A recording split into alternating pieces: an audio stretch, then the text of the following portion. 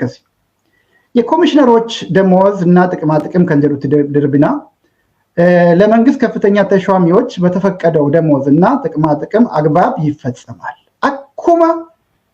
አኩማ አንገወተ ሞቱማ ብሮቲ ጀርኩንስ ሚንዳን ሳኒቲ ፊ ደንታሌን አደዳዳ ጉተማፍ ዋነከ ኮንኮላታ ዋነከ ፊውል ዮኪንም ቦባአዳፍ ዋን በርባቺሱ ባሲ በርባቺሱ ማኔጀሪኛ ድርጎ ጉያ ዋነ ደዳ ከነቹ ከነ ሁንደ ኤኙ ጉታፊ ሞቱማቸ ሚንዴፈት ያንተ ሞቱማቱ ጅሬኛ ሳኒ ሁንደ አርካ ቀባ አርካ ዲባዲበቲ ኤኙ ሆጀተ ጀልኩለቹዳ ፓርቲ አንጎር ጅሩ ሆጀቶቹ that means ብልጽግናዳ ሆጀቱ ብልጽግናዳን ፍለመን ብልጽግናዳን ሙደመን ብልጽግናዳን ጅራቱ ሶም በብልጽግናቲን አርገኑ ጀቹ አኒ ከነ ኦፊከን ኮቲ ቶልቼኒ ማጅራ ጅባፈን ከነ ዱበታ ጅራ ኦሎላ ፕሮፓጋንዳ ራፈን ዋን እንጅረ ቶልቼ ዱበታ ጅራ ኒት ረጋ ኦፊሳኒ ኩኖ ዶክመንቲ ሳኒ ራቲን ዱበታዳ ቴክኒካሊ አመና ምጆፍነ መለ ረጋ ተነጎቱት ስለገርሲሳ ዱበቹ እንደንዳ ሜቢ ፌስቡክ ረቲነ መጠንሳ አርጉ ደንዴሶቹ ፕሮሚስ ከናፍ ዱብቺ አከሲ ጀረከኛ ከነዴ ማጅራ ኢታንሴ ዋንጅሩ ላላ ደጋ ኩን ኤርገ ከነተኤ ኡምሪኒ ኮሚሽኒ ከና ወጋለ ማጀዳ ወጋለ ማርገ ቱሬ ቦደሞ ኤሬፈሙ ደንዳ አጀዳ ኩን ዋኖ ቤከሞ ከኤሬፈተኑ ሸኪን እንጅሩ ሂኒ መተመኑ ቃምኒ ወይ መተረት ኤሴ ኢሚዩኒቲ ቀበኒ ዋንቴፍ ኢሚዩኒቲን ሱንዱራ እራካው ቀባ ምርጋ ሂኒመተም ኑማ ዮኪን ምርጋ ነመ ሂኒመተም ኔቶኮ ቀባቹ ኢሳኒቲ ማማራ ሰነ የርገራ ሙልቀኒ ቦዳ ኮሚሴንሶተ ፓርላማት ይችላል ገባባ ዱመቲ ቀብጢ ፍጭማ ከምብራት ሞደርቢነችው ለጋዋኑ ዶክመንቲ ከና ወልቀበቱ ብራይቹ ኮቲ ሱኒስ ማኒ ማልቱ መሪየተማ ማልቱ ኢፈማ ይሰጀ amma gajarukun qaama eenyu kataan barreebitiire ittaansine momaallalla maal mariyachuuf nu dhufaa jira jarri kuni kan jedhu laallachu Ethiopian Insider dhimma kanarratti qorannoo godhee yookiin qaamota adda addaa irraa qorannoo gaggeesseen waan gabaase qaba jechuudha kunis guyyaa lama dura paarlaamaa irratti dhiyaatee dubbiin kuni irraa dubbatamee ture waa'ee komishinii kana jechuudha maal dubbata maal dhiisa kan jedhu irratti kaayyoon isaa maali kan jedhu irratti jechuudha kunis ajendaan irratti dubbatamu maal faadha gaaffiin jedhu ka'ee jennaan deebiin kenname maal inni ajendaan irratti dubbatamu qabatamatti amma kana sana jedhameen kaa'amne garuu qaama komishinii kanaatiin kan murtaa'u ta'a jedhameeti duudaadhaan irra darbame jechuudha. Haa ta'u malee rakkoo biyyattiidha yookiin immoo haala biyyi keessa jirtu rakkoo keessa wantoota hin galchine qofa irratti xiyyeeffatamaa waan jedhu qaba jechuudha. Kun ajendaan nuti yeroo ammaa barbaadaarru biyya sana keessatti ajendaa jajjabaadha. Dubbii Itoophiyaa wajjin jiraachuu yookiin dhiisuu wajjiniin hamma waan wal qabatu qaba. Akka Oromootti gaaffiin nuti impaayera sanarraa qabnu baay'ee gadi fagoodha. Takkaa ka'ee mareef dhiyaatee hin beeku. Amma komishiniin kun yoo dhugumatti maree biyyoolessaa kan jedhamu geggeessuuf kan ka'ee fi walabummaa kan qabaatu ta'e dubbii jabduu belbeltuu sensitiif taate Oromoonni fi saboonni akka Oromoo biroo kaasaa jiran sanaaf deebii qubsa kennuutu irraa eegama ture. Garuu kanaaf hin ta'u. Maaliif jennaan akkuma reefuu jenne warra waggaa 5 itti aanuuf filamnee aangoo qabannee irra jedhuun muudame waan ta'eef aangoo sana achirratti jira eeguudhaaf deema malee gaafii faallaa aangoo sanaaf tireet ta'uu danda'u yookiin yaaddoo ta'uu danda'u kan keessumsiisuu hin taane mitis jechuudha. ሀገራዊ ፋይዳ ያላቸው እጅግ ብዙ ርዕሰ ጉዳዮች ያሉ ቢሆንም ጀዳ ፈከኛፍ ገባሳ ኢትዮጵያን ኢንሳይደር ገባሳ ከሰቲ ዴቢ ከነሜ ገባ ኮት ጎዴ ቹዳ ገባሳን ኩኒ qaama mootummaarraa deebii kennameedha jechuudha. Rakkoon adda addaa irratti dubbatamuu qabu biyyattii keessa baay'een jiraatan illee jedha. Jara kana hunda dubbachuun biyyattii gara balaa biraatti geessa waan ta'eef እነዚህን ሁሉ ጉዳዮች አሳታፊ በሆነ የምክክር ሂደት ለመዳሰስ ቢሞከር መቋጫና ብዙም ፍሬ የሌለው እጅግ የተንዛዛ ሂደት ውስጥ የመግባት አደጋ እንዳለው ስላለው ላሊጋላለም ረኮን ብልብልቱን ሂንካቶቹ አስከሰት ቤካ ረኮን በየሰነ ዮኪን ጅራቺሱ ዮኪን ጠበምሲሱ ከኤ መሪራ አርገቹፍ እንጂሩ ጀቹ ዲዲባድ irra jechuudha. Keessi isaa bukoodha. Akkuma wallisaa ni jedhe sana jechuudha. Kanaaf waan irra dibaaf keessi isaa bukoo ta'e tokkoon biyya kana jiraachisuu barbaadu. Gaaffii uummataa ukkaamsuu barbaadu jechuudha. Bifa kanatti deemaa jiran. So kun egaa kana qofa immoo isinitti hin fakkaatin. Warri achirratti dhiyaatee gaaffii gaafates warruma qaama nafxanyaati.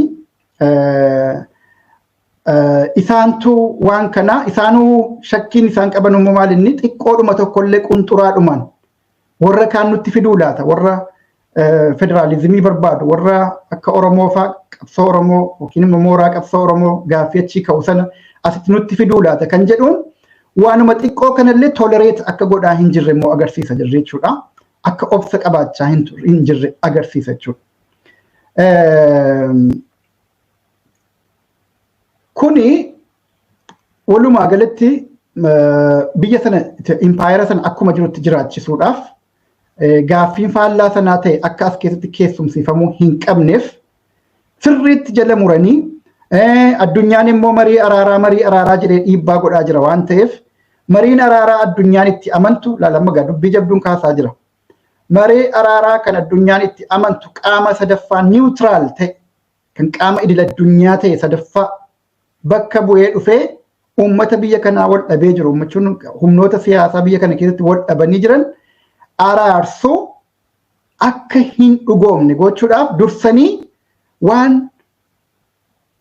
waan kijibaa waan artifishaal ta'e akkasii kana tolchanii kunoo marii araaraa geggeessaa jirra maqaa marii araaraatiin nutti hin dhufinaa jedhanii warra dhihaa ofirraa dhiibuudhaaf jechuudha. Gartee amma dhiibbaa jabaatu alirraa dhufaa jira. Biyya kana keessatti nagaa buusuudhaan malee karaa nagaadhaan malee furmaanni hin dhufu kan jedhu dursamee dubbatamaa jira waan ta'eef alirraa dhiibbaan guddaan akkasii dhufaara waan ta'eef dhiibbaa kana ofirraa dafanii dhiibuudhaaf akka ittiin dhufne gochuudhaaf maal gochuutu irra ture jechuudha. Waan sana fakkaatu garuu keessi isaa kijiba ta'e kan aangoo isaanii achirratti isaaniif eegu koomishinii akkasii kana tolchanii as baasuudha jechuudha. Amma kanaaf agartee kuni laayif seevarii isaaniiti. Lubbuu isaanii baraarrachuudhaaf waan tottolchanii as baasaa jiranudha malee waan rakkoo biyya kanaa furuu danda'u kan mormituun achi keessatti sagalee cimaa qabaate yookiin immoo gaaffii isatti dhagahame of amantaadhaan dubbatee nagaan illee bahuu miti yoo dubbate tarii hidhamuu danda'a ajjeefamuus danda'a jechuudha yoo macarraa waltajjii sanarra dhufee dubbate jechuudha.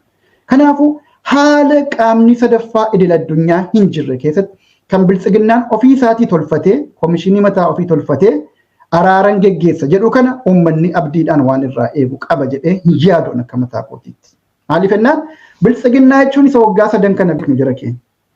Yeroo adda addaatti nama keenya ajjeesaa jabaa keenya hunda guuree mana hidhaatti naqaa gaaffii Oromoo suutuma suutaan waggaarraa waggaatti dhidhima godhaa kan dhufee as ga'e waan ta'eef ammas diraamaa akkasiitiin yeroo isaan dhufan akkuma kaleessa mircaa boordiin kaleessa Birtukaan Miidhagsaafaa jedhaniitti muudan suni mircaa boordii dhugaa ta'aa laata jedhamee eegamaa ture sanatti kanas akkasumatti eegaa jirra yoo ta'e dogoggoraa dafnee biraa deebi'uu qabna kan jedhudha ergaansa jechuudha. Egaa kana keessatti ammas gaaffii warri nafxanyaadhaa kaasan biraas ni kaasu isin fiduudhaa fi eenyu faat hirmaataas keessatti gaaffii jedhu kaasan namoonni 4 wayii jechuudha. Paarlaamaa guyyaa 2 oole keessatti guyyaa 2 dura walgahii gaggeeffate keessatti በሀገራዊ ምክክሩ ላይ እነማን ተሳታፊዎች ይሆናሉ ከንጀዱ ያደው ጉዳይ ሳኒት ተየረችሉ ላልጋ ዋን ሬፉ ጀደሰነ ሃንኩኑ ከን ሳኒቲ ሼዱ መከነዩሞ ቁንጥራዱ መጥቆ ተኮን ወሪ ኦሮሞፋ ወሪ ትግራይፋ ኬስ ሴነኒ challenge nu godhu jedhanii waan sodaatanuuf jecha kanarrattuu namni biraa dhufuu hin qabu. TPLF fakkeenya hirmaachuu hin qabu jedhanii afaan baasanii dubbatanii qabsoon Oromoos warri Oromoon keenya mana hidhaa jiranus kan bosona jiranus asirratti hirmaachuu akka hin qabne jala muranii itti maa jiran jechuudha qaama mootummaatti. Nu baxxabachuu qabaa kun dirreen kan keenya qofa. Filmaata inni kaleessa taphannee mo'annee injifanneerra warra hundumaa hiinee ofii keenya kophaa taphannee mo'anneerra waan ta'eef ammas aangoo keenyatti nu jalaan dhufina. Jarri kun shibbirteenyaadha. Warri nuun faallessu mooraan qabsoo Oromoo, mooraan qabsoo Tigraay shibbirteenyaadha waan ta'eef as keessatti nutti hin fidinaa kan jedhuun hidda kaasanii falmachaa turan jechuudha. Akeekkachiisa walii kennani. Kana yoon goota nu ta'e isin hin deeggarru mootummaa Abiyyi Ahmadiyyuu hin deeggarru nuti karaa mataa keenyaa deemna yoo kana gootan malee jara kana yoo nurraa qabdan malee kan jedhu. Kaleessas Jawaar fa'aa akka itti hiisisan yaadannaa baay'een keenya jaratu haala kanaan yoo Jawaar fa'aa hidhame malee waliin hojjechuu hin dandeenyu jedhanii namicha doorsisan Abiyyi Ahmadiin jechuudha. Abiyyis fedhiinsaa aangoodha waan ta'eef nama ajjeesee hidhee aangoodhuma irra jiraachuudha qofa abjuun isaa waan ta'eef gaafiin isaatiif yookiin immoo ilaalchi isaaniif ammoo aannaniif garaadha waliif waan ta'eef waan wal didan tokko waan hin qabneef jecha carraan Oromoo irra mana hidhaatiif bosona ta'ee carraan nafxanyootaa ammoo masaraa ta'ee jechuudha. Kana akkanatti kan dhufe carraan waggaa 3 kana keessa nu jalaa jal'ate kun jechuudha. Ammas maqaa araaraatiin koomishinii kijibaa tolfatan kun bifa kanaan diraamaan ammas as bahuu deemaa jira. Kana guyyoota as deeman kana keessatti waan dhagahuu deemnu paarlaamaatti dhiyaate jedhamee yeroo itti odeeffamu fa'aa arguu deemna. Waan as deemaa jiru waan jajjabaadha.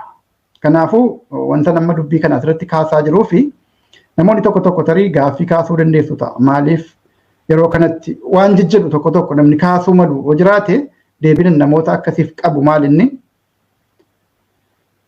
bilchiginnaadhaan waggaa 3 guutuu gowwoomfamneerra.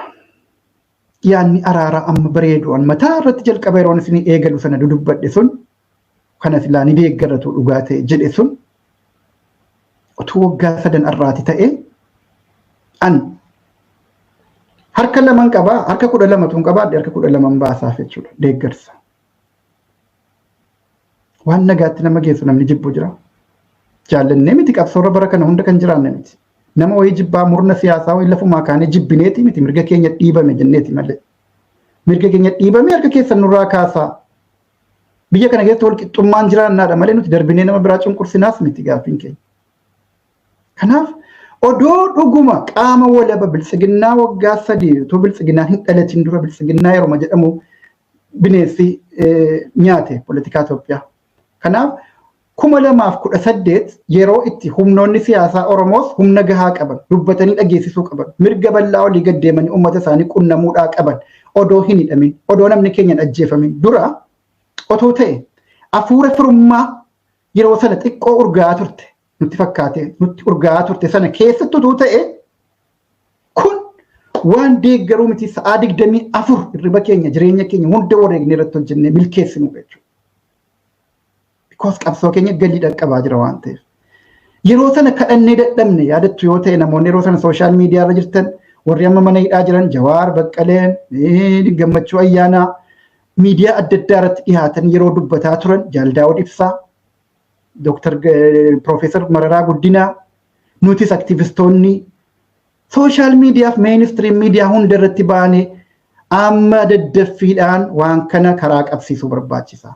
Araarri biyyoolessaa biyya kana keessatti ta'uu qaba jechaa turre jechuudha. Look amma koomishiniin amma ijaarame kun beeka araara miti kan inni jedhu beeka. Dubbii kana jala muraa hubadhaa. Araara jechuuf maree jechuun waan adda addaati. Engaddas OMN irratti kaaseen ture. Maree jechuun namoota waliigaltee qabantu dhimma ta'e wayii tokko irratti yaada qabatamaa yaada tokkicha qabachuudhaaf jecha waliin mari'ata. Akka afaan Oromootti. Mikikkir jedha bara Amaariyaadhaan. Agaraawii mikikkir agaraawii mikikkir. Mikikkir yookiin marii jechuun araara yookiin irq jechuurraa adda adda jechuudha. Adda adda. Kanaaf amma wanni godhamaa jiru warra wal fakkaatutu waliin mari'ataa jira.